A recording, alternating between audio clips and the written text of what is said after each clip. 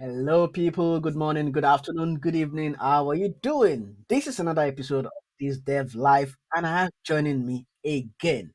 Well, if you watched the previous episode, you know who he is already. You know it's really super duper cool. He will tell you the facts as it is. Um, he's a cool person. I can say that over and over again a million times. He's an M365 developer. If you watch the previous episode, you will probably know why I'm saying M365 now, not SharePoint. So if you missed that episode, go back, listen to it, and watch it, or you can subscribe and go back and get all the nice links. Of course, I'll still drop all those links in the description of the show. So be sure to check them out to hear all about getting started with M365 development. Well, I'll probably title it SharePoint, but we'll see how that goes. But of course, on this episode, we'll have Alistair joining us from South Africa to talk about his journey into the technology industry, which is probably before many of the folks who are listening to me are born. Well, if you're older than maybe 25, maybe not. But of course, I'm not saying he's old, okay? But he's way more experienced than most of the listeners I know I have on the show. So, Alistair, welcome to the show once again. Dara, it's great to be here again. I am that old, and that's. I don't know if it's an actual problem, if I have to worry about it, or if it's just going to be everyone that looks at. Well, I am old. Let's just leave it at that. I'm not that old, but I'm not that young. And for my sins, I've definitely been pulled through. I don't know. I've got the scars, right? So that you Mm, kids don't have to worry about those things. And generally, if you speak to any of the SharePoint people that are now no longer SharePoint people, they're M365 people, they'll tell you the same thing, right? Because we were used as guinea pigs by Microsoft to go, hey, what do you think? Is this cool? Yeah, that's cool. No, that's not cool. Well, we'll only fix it in a year because they don't do updates every 3 weeks like you have now. You'd have to wait, right? And wait. And mm. products were released every 3 years, but we'll talk about that in a bit. Yeah. Well, welcome to Dara's show. This is what? I keep forgetting that, right? That's how old I am. This dev life. This dev life. I'm coming to you live from this dev life. And my name's Alistair Pugin. I'm an Azure and Office Apps and Services MVP. I've been an MVP for I think 7 years. 7 years. Yeah. Now that's a very long time. Yeah. Um, and where did I start? What happened? I was like you once in a while, a long time ago. It's when I used my Rhodesian voice. So Rhodesia was before they called it Zimbabwe, right? Back in my days in Rhodesia. I'm not from Rhodesia. It resonates with South Africans because they understand that sort of accent. It's like who was he? Leonardo DiCaprio in Blood Diamond, that movie where he had a Zimbabwean accent and all the Zimbabweans laughed at him, right? Because it didn't sound, and he sounded more South African than Zimbabwean, right? I actually started off as a COBOL developer. I was a programmer, right? And I was back in the 90s. Oh, wow. And I got a COBOL developer. I couldn't get employment, and a friend of mine brought the newspaper to me, and he said, hey, they're looking for a salesperson at a computer wholesale company. And that was it. I interviewed for the position. My resume, my CV said, I like ambient music. And the IT manager at the time had no idea what ambient music was. And that's how I got the job, right? Because there was a bunch of people being interviewed, but mine, they're like, who's this? What does ambient music mean? Let's hire We're that gonna know guy. more about it. Let's hire him, right? Because we want him to come back and we're going to ask him what is ambient music. And then I fell in love with hardware, right? Because we were a computer wholesale company. So all the bleeding edge tech was coming into the building. I started gaming and that's what got me into this world. And you move from hardware, if you're lucky, you move from hardware into managing applications sitting on top of hardware. So Active Directory, AD Mhm. Exchange, System Center, all of those things, right? Everyone needs a domain controller in the building, and everyone needs mail, and everyone needs security on top of that, and you need to do desktop management.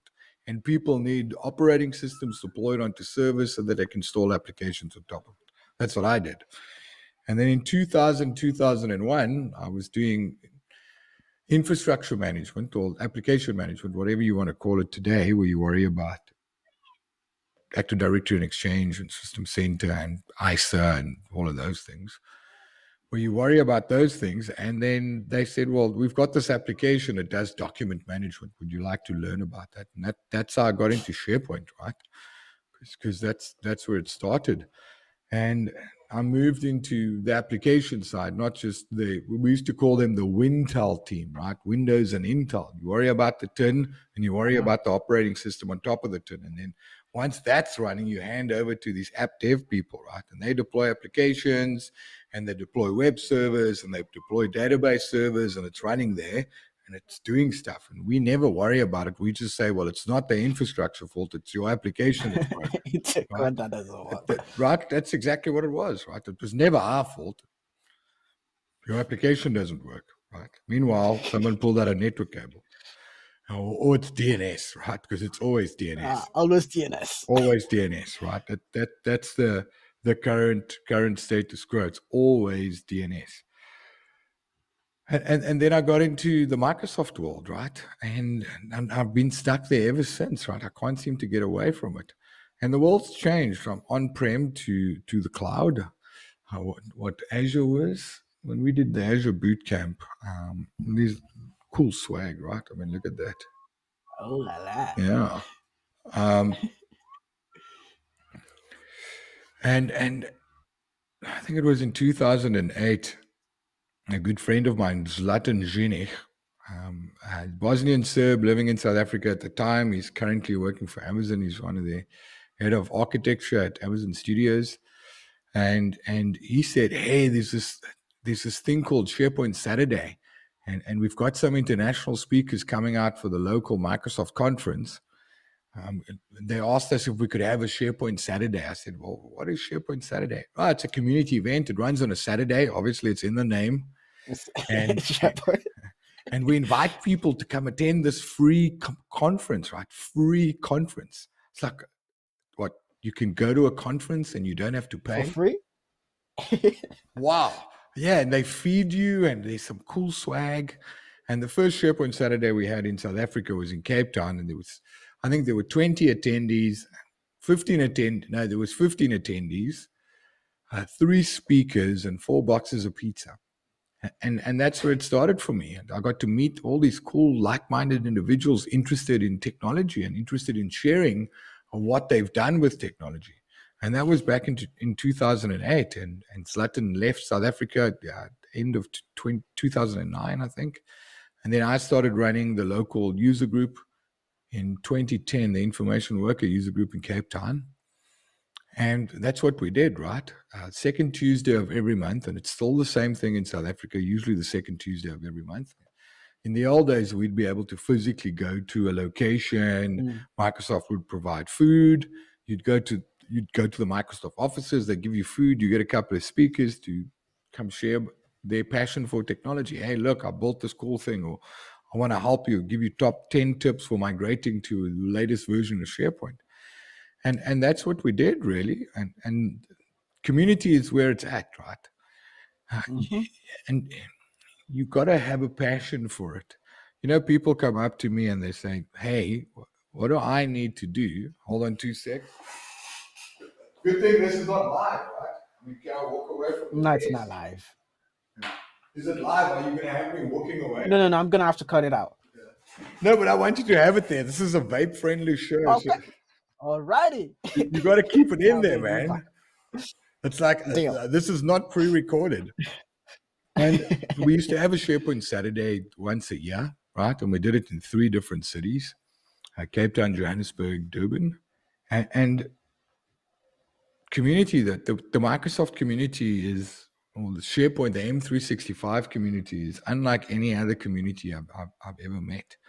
Everyone's interested and they're willing to help. And the M365 community currently is run by a few of us, myself, Tracy van der Schyff, Rod Modlin, Mikey, I can never remember Mikey's surname, Olive, I can't pronounce his surname, Nicholas Blank and a few others, Matthew Levi.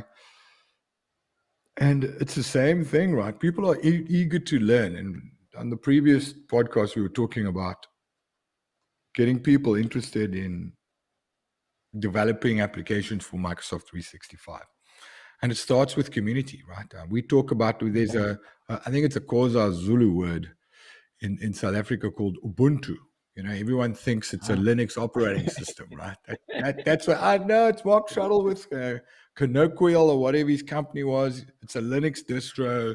That's what Ubuntu, but it's not. Ubuntu is a word. It's a Zulu or Xhosa word, and it's not a word. It's an ethos, right? I Mm-hmm. am who I am because of who we all are, right? And it embodies the spirit of community, right? Because that's what it's about. It's about helping people, helping your community grow. And Exactly. I've got a passion for this because it's about that. I think my excitement is, and I remember it like it was yesterday. I think it was 2011. And that year we had 4 people who've never presented to a crowd before in their entire lives show up and do a session at the information worker community. I was just so excited about that, because we're helping people go from I'm a SharePoint administrator, but I want to be a SharePoint consultant, and I'm going to need to present, right? Because someone's going, can you show me this? And I need to present to a bunch of people. And we provided a platform for them to show up and talk to their friends, right, before they go talk to customers. And that for me is my buzz, right? Helping people grow, people, and was it 2018, 2019? When was COVID? COVID started in 2019, right? End of 2019. Yeah. No, we in 2020, it would have been the beginning of 2019, end of 2018. What is it, 2021 now? What is it? We 2021 now, right? Yeah, this 2021 Okay, then yeah, COVID, the beginning the of lockdown was 2020, last year. beginning of 20, Yeah. yeah, end of 2019, yeah, the beginning of 2019, we actually, and I'll drop you a link for it. We made a documentary about the meaning of community, and I'll send you the link. Um, and that's what's helped me grow, and what's gotten me to where I am today. And I didn't start with, hey, I want to become an MVP. I got excited because we got to do these conferences, meet people, help people grow, right? And that was the exciting part for me. And because of being passionate about the community, being passionate about sharing my thoughts, opinions, views on technology, that's how I became an MVP. It's because of that. Yes, I'm an MVP, but I don't do what I do because I want to. If there was no MVP status or MVP badge or that little slider that they send you to go onto your trophy, right? Your whatever you want to call it, the award, it wouldn't matter to me because it's about community, right? It's about Mm-hmm. helping people grow. You go there will be people that will help you grow, and you can then pay it forward by helping other people grow. That And, was and good. and that for me is what set the tone for my entire career. My entire career has been based on that principle: help people. And that's where it's at for me right now. What am I doing today? I'm the CTO of a consulting services firm called NB Consult. A good friend of mine, Nicholas Blank, he's an exchange MCN, and he's a 15-year MVP veteran. And we both share an excitement for technology and helping people use technology better, right? Because that's what it is. And yes, I still do a bit of ECM, enterprise content management, because that's what you're buying. You're buying Microsoft calls it content services today instead of ECM, because AIM and Gartner got together 4 years ago and they decided that ECM was no longer a thing. I think I wrote a post about the death of ECM, long live ECM, right? And I spend a fair amount of time now in the security, compliance, and identity space, Mm. because that's what's fun for me now. I help customers deploy zero trust security frameworks, understanding what cloud is really, because cloud's massive. Very massive. M365 is one of the 3 clouds you get from Microsoft, right? And if you look at the education poster, the certification poster, they've actually got four pillars: Azure, Microsoft 365, Dynamics, and Power Platform. Power That's the platform. split. Everything still runs on top of Azure, but when I look at Microsoft, they've got three distinctive clouds: Azure, M365, and D365. And they're getting somewhere with the Power Platform stuff, which I'm really excited about because they've taken citizen development to a new level. But my suggestions, recommendations for people starting out in the industry, right? You go and you get an education, and then you go get it. Well, you get a secondary education, you finish school, and then you go do some sort of degree or some form of qualification, diploma, certificate in IT, right? Whatever that is. And then from there, you either get a job as a help desk consultant, a support engineer, and then you move through the ranks. You Let's walk call it your way ranks, up. right? And Yeah. you go into consulting, and you go into architecture, and so. So start at the bottom, right? Get to know, become a generalist. I used to have a blog called the ECM Ninja, right? Um, and why I decided on the ninja concept is that ninja can probably do between 5 and 7 different forms of kung fu, right? Jiu-jitsu, taekwondo, normal karate, and all of those things, right? But they have a specialist weapon or a weapon that they're really good at with, right? So nunchuck, Mm. shuriken, samurai sword, they're really good. So in IT, you need to be a generalist with a specific focus area. Because when you look at cloud computing in general, right, they all talk to each other. I mean, there's a lot of customers out Definitely. there that will go, hey, we're in the cloud, we've got an M365 tenant. They have no idea that there's a whole bunch of things happening inside of Azure, right? They don't know Definitely. that if All they these type in things. portal.azure.com and log in with their credentials, they'll see things. There's a lot of customers out there that don't get that. That all of a sudden there's another portal with a subscription that's being created that's running there. Well, the subscription's not there, but they've got an entire world there, right? And understand what is available when we talk about cloud computing, because you're going to build a virtual data center.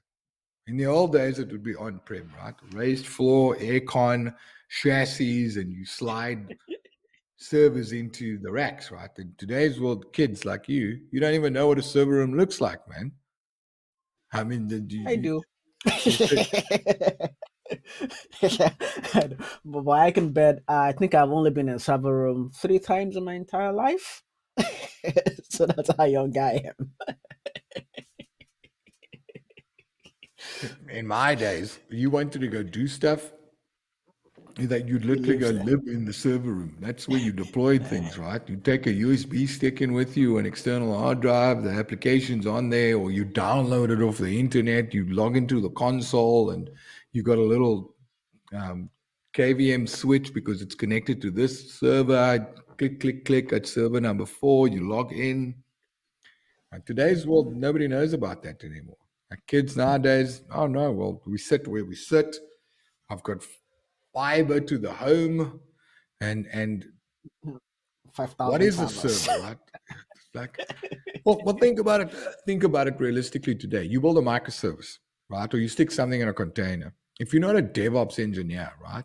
Do you care about Kubernetes? You're an app dev guy, right? Yeah, well, care about orchestration and CI/CD, right? That's what you care, merging branches and pull requests and things like that. But you don't care about the compute on the back end, right? You literally don't. Hmm. Can it scale? Can my app scale? Okay, yeah. Why can it scale? Because I've got some pools there with elasticity. And when I hit 80% utilization on HTTP requests, it's going to add another pod, right? Today's developers don't care about IOPS. What does that even mean, man? What is IOPS? Nobody knows. Nobody cares, right? Because the thing just works, right? As It well, just auto it scales. literally look. Don't dev on your own PC. That still doesn't work, right? Because whenever you deploy it, it's not going to work on someone else's PC, right? Because but it worked on my PC. It still doesn't work on your PC, right? That concept doesn't work. There are dependencies that you need. So when they build you a dev environment in the cloud, work there. Stick your code into a proper repo and work that way and do merging and PRs and those dialect of English that I don't quite understand that you young kids do, right?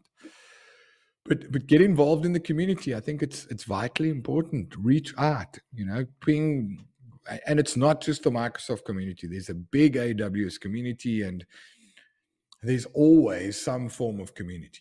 Go to these events or virtual events that they currently have. There's always something happen. Go to meetup.com. Just go to meetup.com. You want to find a community, head to meetup.com and select your location. And I think you get to tag what you're interested in. It'll bring back a whole bunch of meetups. And if not all of them currently is virtual. So you don't even have to physically leave your room.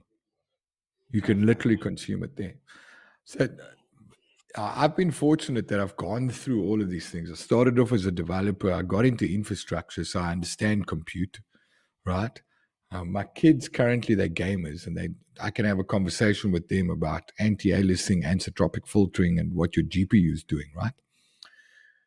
But I got into hardware to understand that, and it's purely by luck. It's not like I had this divine plan that my dad came up with, and he said, go do these things, right? I never had that. Pure luck. And then I got into applications. What does it take to run an application? What is a web server? I mean, today nobody cares about what a web server is. I SAPI filters and caching. Who cares, right? Oh, you want caching? Oh, Cloudflare. Boom. Connect to your app. No, seriously, it's that easy, right? Free account, Mm-hmm. Cloudflare. Boom. Instant speed. You want a CDN? You can use Cloudflare or any of the other CDNs out there, right? Boom. I can put stuff there. I can drop an image there. My CDN is spectacular, right? Done.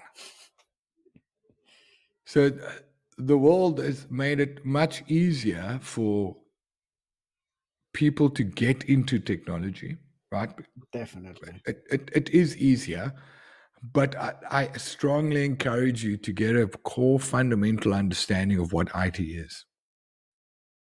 Go get a Udemy subscription or a plural site subscription and go educate yourself that way. If you can't afford going to a university or to a fancy college, get your folks, or if you have a part-time job and you want to study, go have a look at platforms like Pluralsight and Udemy.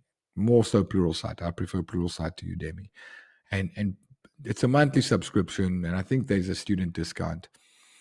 And go watch Yeah, these videos because there's this Microsoft partnership and Google partnership with them that actually makes it free. I think up until 2024. I think for some, if you get that the right link. and go do that. And then find the community and attend these things. Ask questions. Don't be afraid to ask questions. There's no such thing as a stupid question, right? I mean, we encourage everyone to participate. And if you come up with a cool idea, ask whoever runs your community, hey, I just built this cool app and I'd love to hear everyone's opinions. Can I demo it? Can I talk about it? Can I show you what it looks like? And go present at your local community group. And there's so many tools available to you as a person to do this. It's available to you. YouTube is the second largest search engine in the world. I encourage you to use YouTube, and that's how you stay up to date with what's going on. And it's something that whenever we're talking to organizations, we always encourage them to, when it comes to user adoption, the big thing is you have to change the way you learn. It's not coming out of you can read a textbook once, right? And then you can write an exam and you qualified. You need to move out of this cyclical learning into a continuous learning frame of mind Mm-hmm. or mindset. Because things change daily. Updates come out daily. Microsoft changes the exams every 3 months.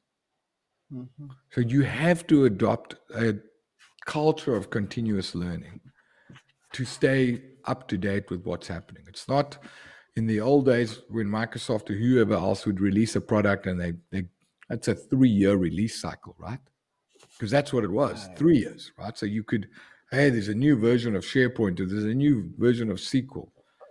And you could go SWOT, buy the MS Press book or buy the A Press book or buy the O'Reilly book, study that, get to grips with the technology, write the certification, and then you're good for 3-4 years. The world doesn't work like that anymore. New exams get added every quarter. all the time. So, and what's nice about community is they've always got people coming in and it's free. The biggest thing is that's free, right? And you build your network that way as well. And something I used to do. Did I do it this year? That I used to do a session called personal branding and you, right?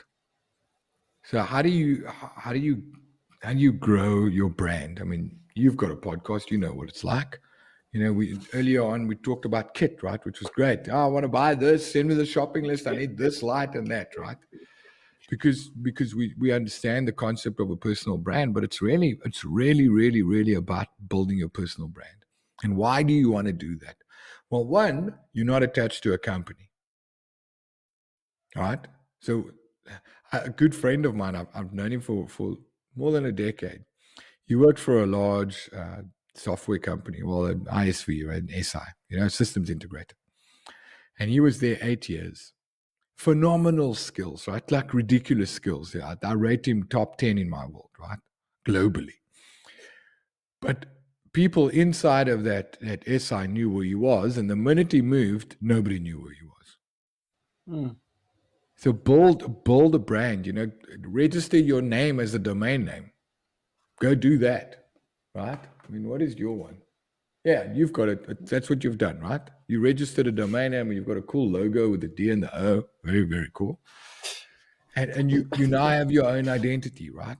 So it doesn't matter who you work for, you will still maintain that identity. And it makes you very attractive to organizations because you have an identity. It's so easy to start a podcast, start a vlog, start a blog. You can go to medium.com and you can create a blog within minutes, right? Minutes, literally minutes. You don't have to host your own web server. You don't have to do that. You don't have to pay for that. Medium's free, right?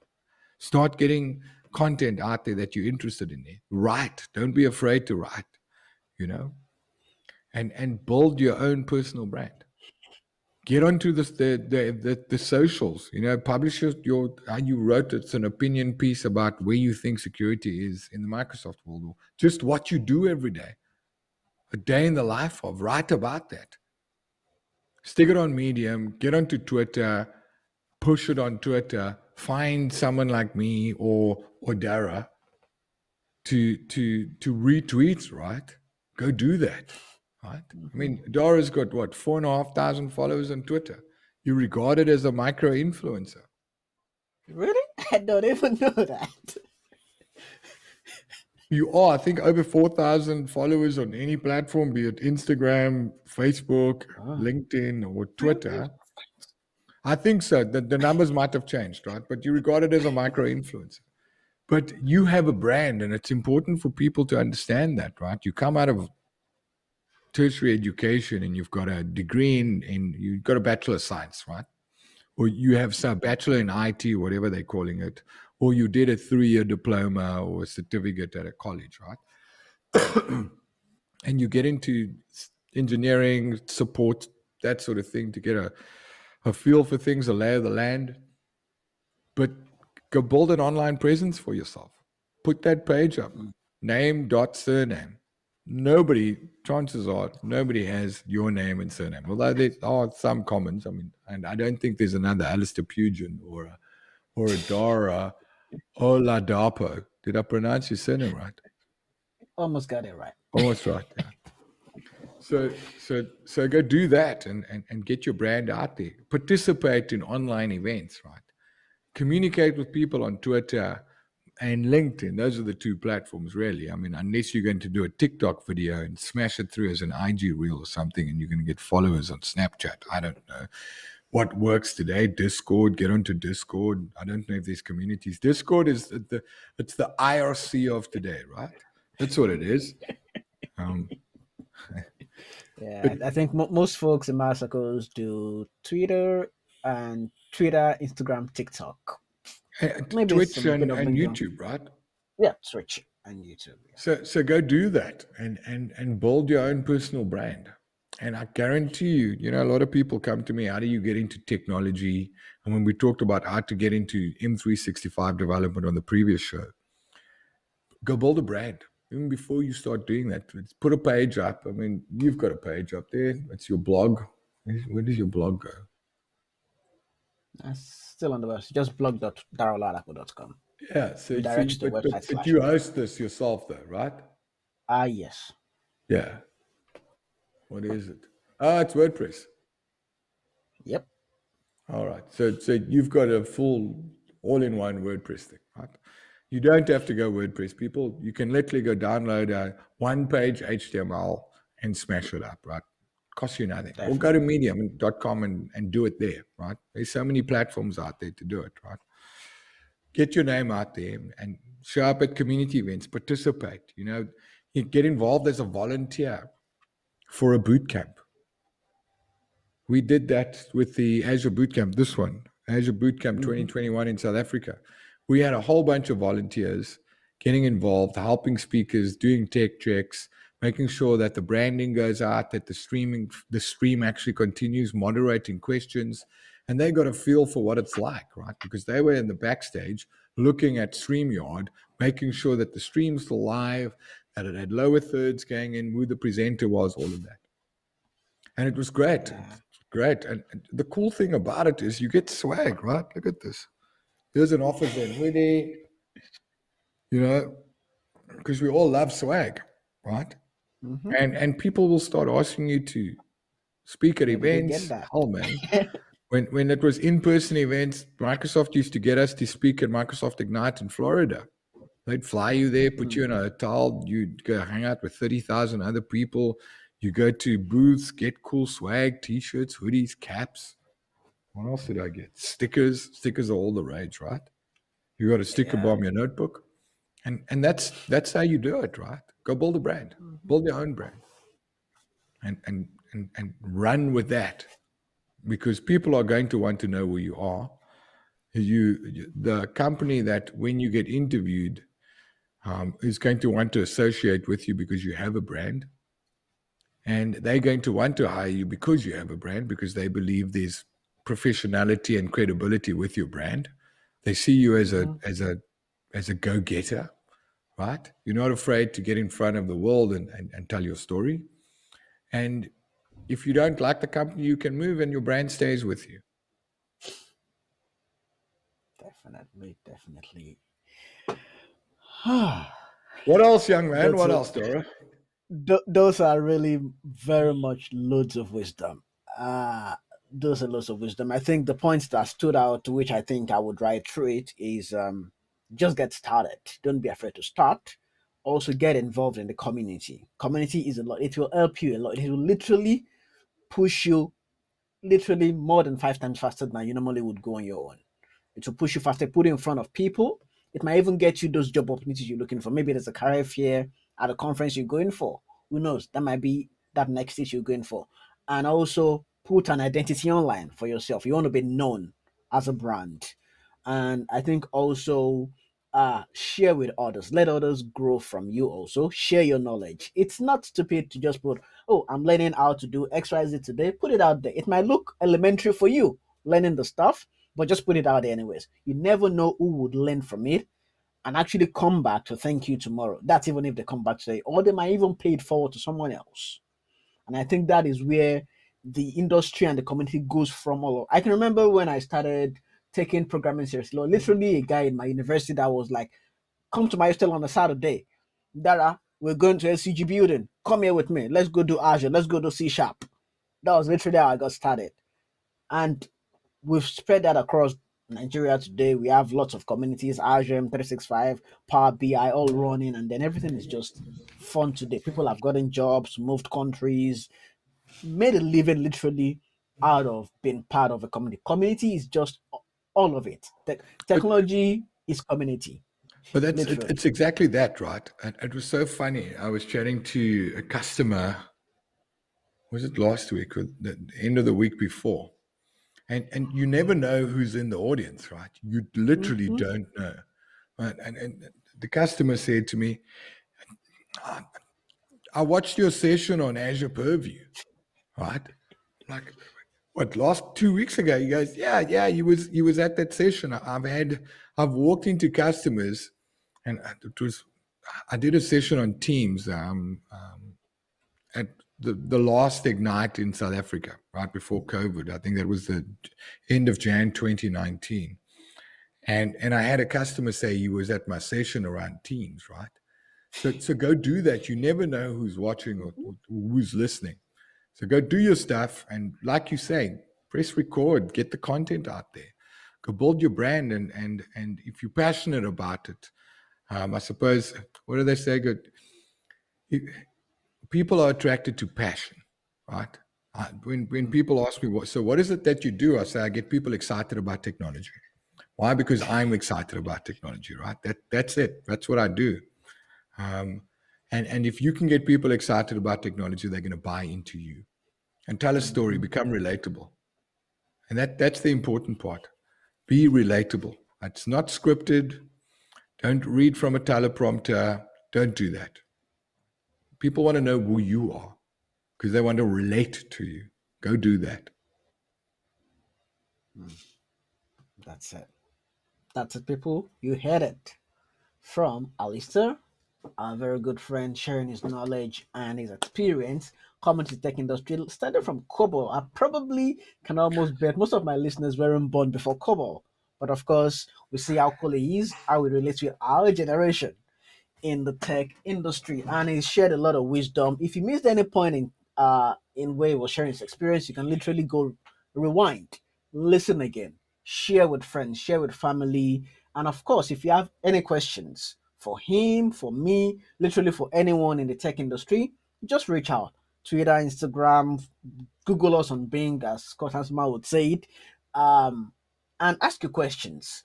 If any of us do not have the answers, we definitely get someone who knows the answer to get in touch with you and answer those questions. It might be literally a question getting into tech, a bug you're facing, an experience you're having, and that is how we literally just grow every single day. We've heard it from Alistair, as we've heard from all of the guests that have been coming on the show. And of course, many guests who come on the show, we've interviewed quite a lot of them. And to get updates, of course, on the podcast, like, subscribe, follow, the usual stuff. You know what to do. Hit the like button, leave a comment, share with friends and family, all those nice little bitty things all around subscribing. But of course, most importantly, do not stop learning. And I'll drop links to follow Alistair in the show notes, so you can be sure to follow him and learn more also from him. And that's it on this episode, people. Till I come your way again, now I said, people, stay safe and goodbye. Ciao, ciao.